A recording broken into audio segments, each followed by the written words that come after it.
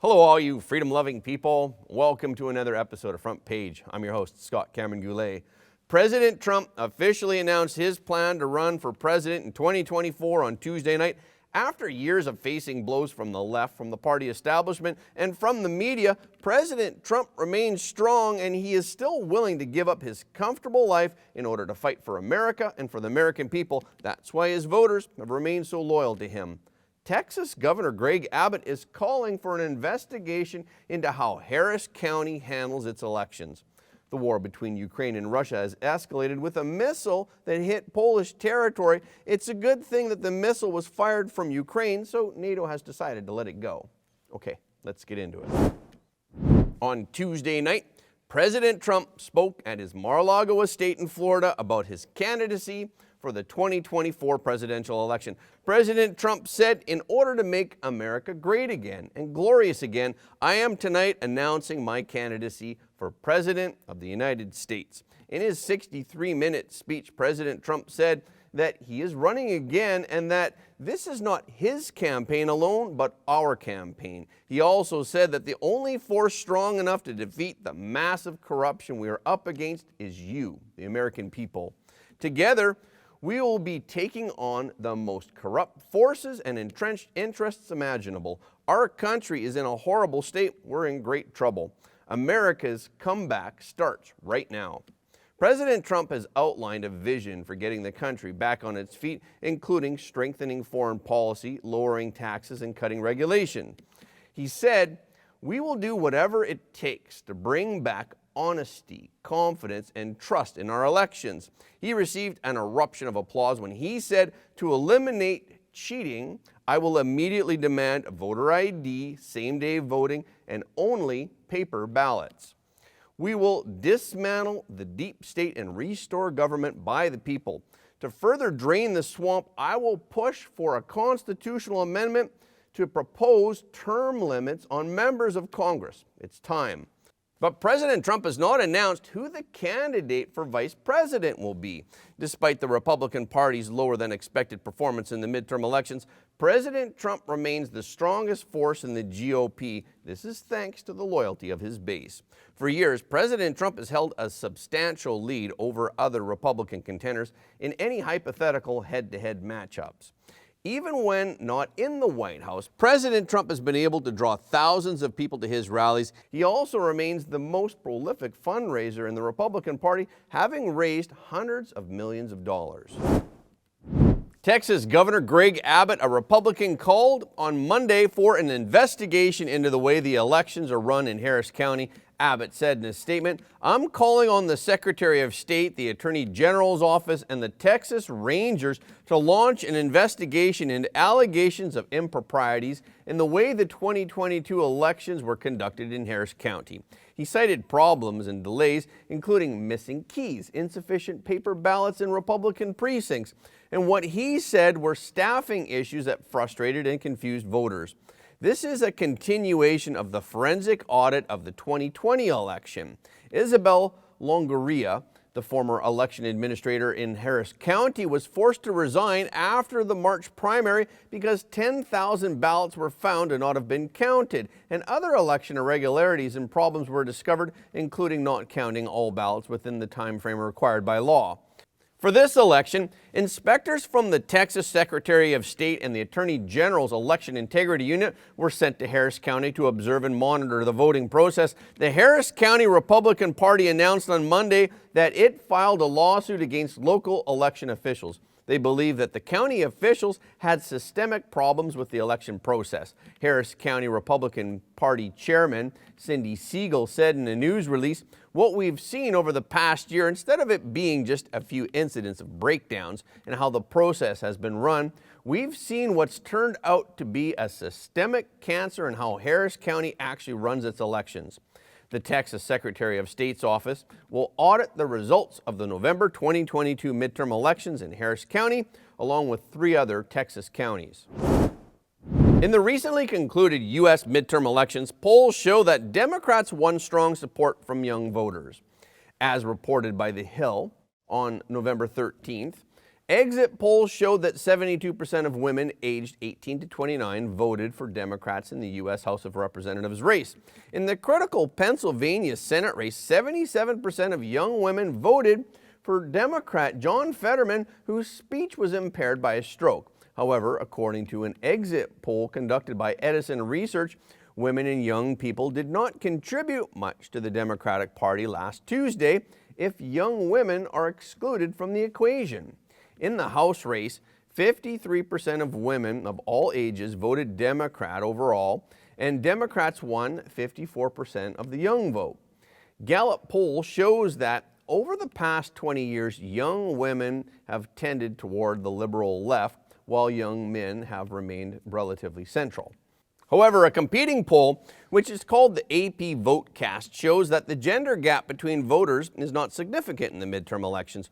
58% of young women said that they voted Democrat, compared to 47% of young men saying that they voted Democrat. 49% of women overall voted Democratic, compared to 43% of men overall voting Democratic. Exit polls show that those under 30 strongly supported the Democratic Party. This is driven by women. Meanwhile, those in their 40s support the Republican Party. Black Americans voted overwhelmingly for the Democrats. Hispanic and Asians also voted for Democrats, while white men and women support the Republican Party. Married women tend to be Republican and unmarried women tend to be Democratic. But as a group, women bring only a small advantage to the Democratic Party. Nationwide, Republican House candidates received more votes from white women, older women, married women, Southern women, rural women, and middle and upper income women whose earnings are between $50,000 and $100,000 a year. However, there are exceptions to the above findings. While Hispanic women support Democrats nationally, they also helped Florida's Republican Governor Ron DeSantis get reelected. In contrast, in Texas, Hispanic women endorsed Democratic gubernatorial candidate Beto O'Rourke. But white women ended up helping Republican Governor Greg Abbott get reelected. The left-leaning liberalization of young women in the United States is a powerful gubernatorial trend that is keeping them away from young men. According to an analysis of Gallup data by the Survey Center on American Life, 44% of young women will describe themselves as left-leaning liberals in 2021, compared to 25% of young men describing themselves as left-leaning.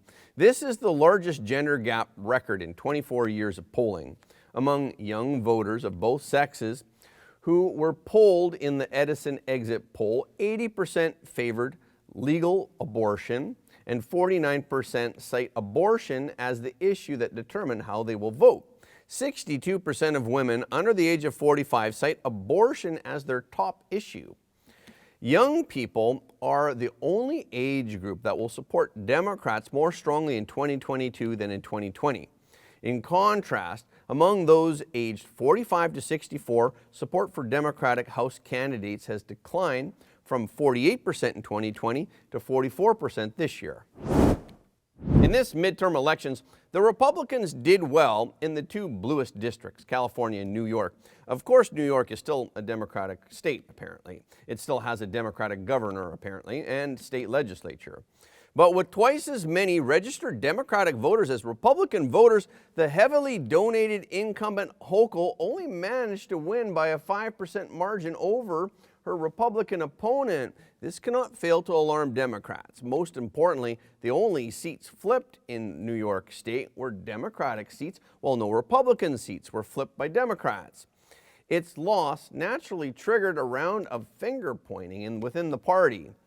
Although the mail-in ballots have not yet been counted, the Republican candidate Lester Chang is expected to be elected in the 49th Congressional District in Brooklyn. Lester Chang is not a veteran politician and does not have the backing of a major organization. The Chinese community is encouraged by his ability to defeat the 35-year veteran Democrat Peter Abate. Chinese people were previously generally not very motivated to vote. Election consultant Derek Ho said, It was significant that the Chinese found out that voting can really change politics, which will encourage more Chinese to run for office next year. He expects that in next year's city council election, public opinion is likely to continue to shift to the right. He said that the general election in New York on November 8th was very enthusiastic compared to this year's primary election.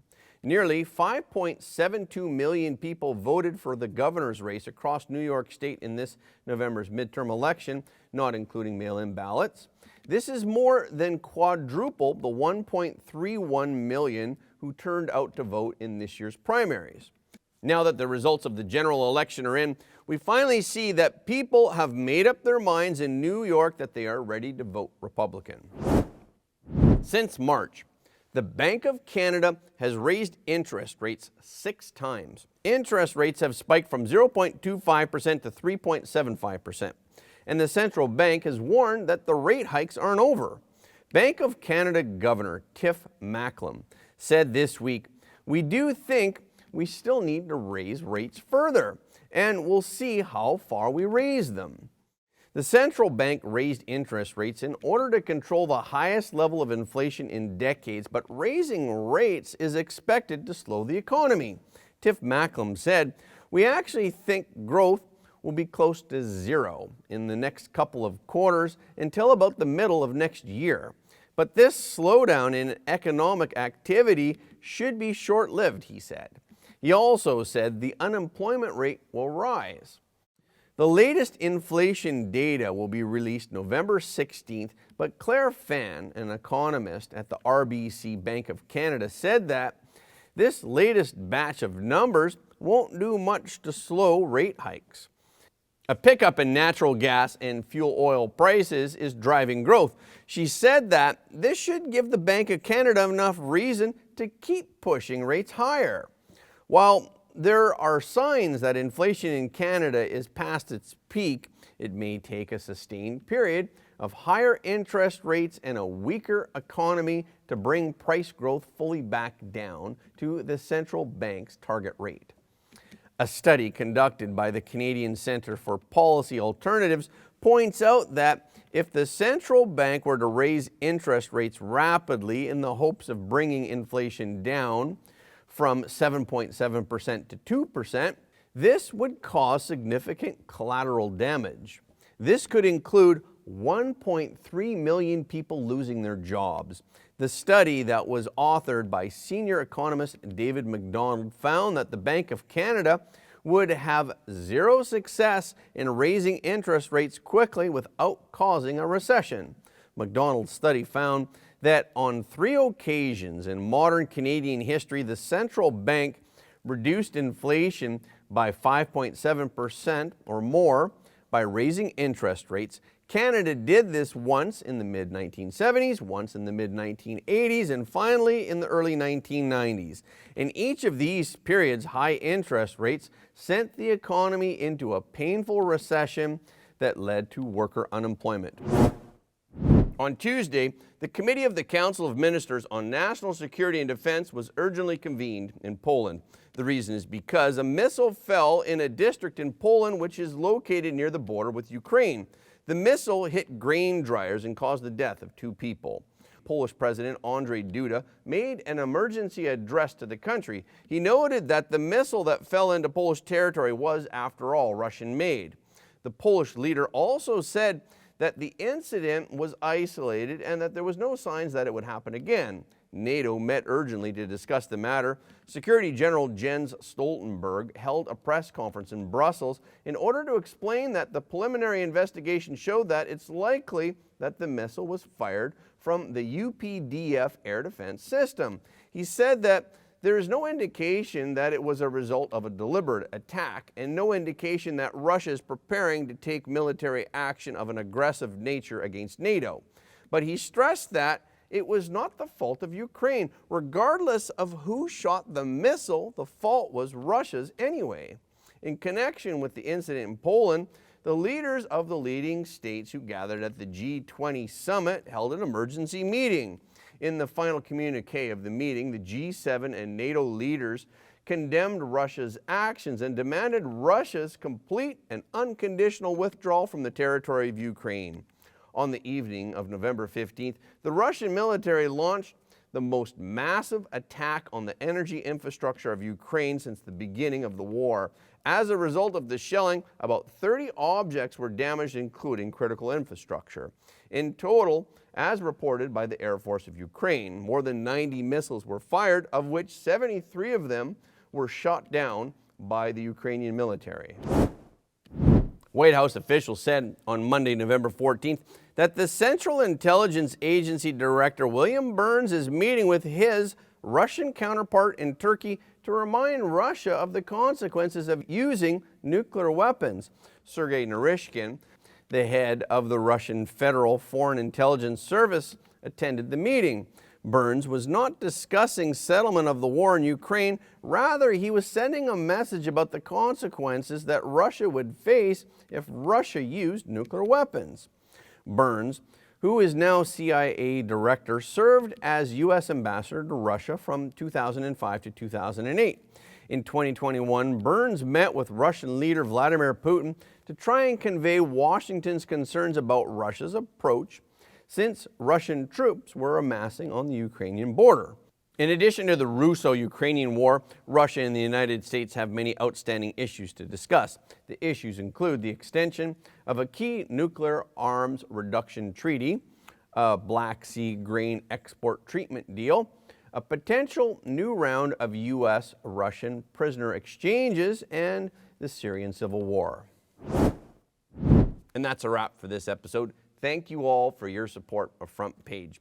Every like, comment, and share helps more people to see the truth. So please don't forget to like this video, leave a comment, and share it with your friends and family.